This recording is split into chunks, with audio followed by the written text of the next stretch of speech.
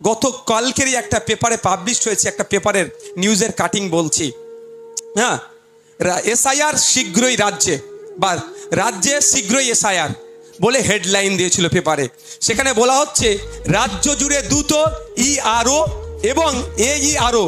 ERO full form electoral registration officer, আর AERO additional electoral registration officer নিয়োগের ক্ষেত্রে নবান্নে চিঠি রাজ্যের মুখ্য আধিকারিক। অর্থাৎ আজকে যেখানে গিয়ে ইমতিয়াজ ভাই নাসির সাহেবরা দেখা করে আসলেন, সিইওর পক্ষ থেকে নবান্নতে চিঠি পাঠানো হয়েছে। নবান্ন বলছে আমি এসআইআর হতে দেবো না, তাই না? আর তার কিছু, আমি দালাল শব্দটা ব্যবহার করব না, তার কিছু পোষ্য ছেড়ে রেখেছে। তারা বলছে দেখোছো নওশাদরা কি বলছে বা হাকিকুল সাহেবরা কি বলছে। কিন্তু নবান্নে চিঠি গেছে, নবান্ন চিঠির পরিবর্তে কি করেছে আপনাদের জানা দরকার তো নাকি? চিঠির পরিবর্তে উত্তর দিতে পারত, যেভাবে তৃণমূলের নেতারা স্টেজে উঠে বলছে এসআইআর হতে দেব না, তাহলে চিঠির পরিবর্তে উত্তরে এসআইআর হতে দেব না বলে উত্তর দেওয়াটা স্বাভাবিক।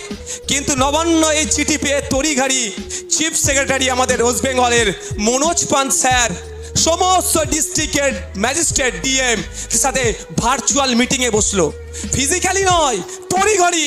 উনার দাদা বলেছে বাংলাতে এসআইআর করবো, আর উনি তার সুযোগ দেবে না। তড়িঘড়ি অনলাইনে মিটিং করো, কবে ডিএমরা আসবে অত সময় নাই। দাদার আদেশ এসেছে, এদেরকে আতঙ্কিত করতে হবে, 2000 পরের বারে আতঙ্কিত করতে হবে। এই আতঙ্কিতর ফল আগামী দিনে আমরা নেব।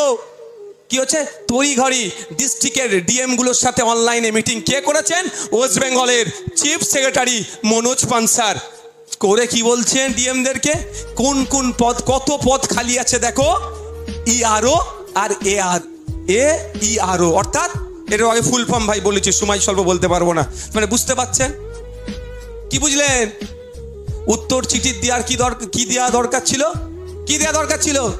ও সব চিঠি ফিটি মানবো না, বাংলায় এসে আর হতে দেবো না, তাই তো নাকি? এটা আশা করেছিলাম আমাদের মমতাময়ী আমাদের কাছ থেকে যেটা বুঝাচ্ছে। তাহলে সেটা না করে, তাও আপনাদের বলে দিই 600 ভ্যাকান্সি আছে, ইআরও এইআরও 600 ভ্যাকান্সি আছে। দ্রুততার সাথে ভ্যাকান্সি পূরণ করে দাদার অর্ডার, নাহলে আমার ভাইপো আউসাদ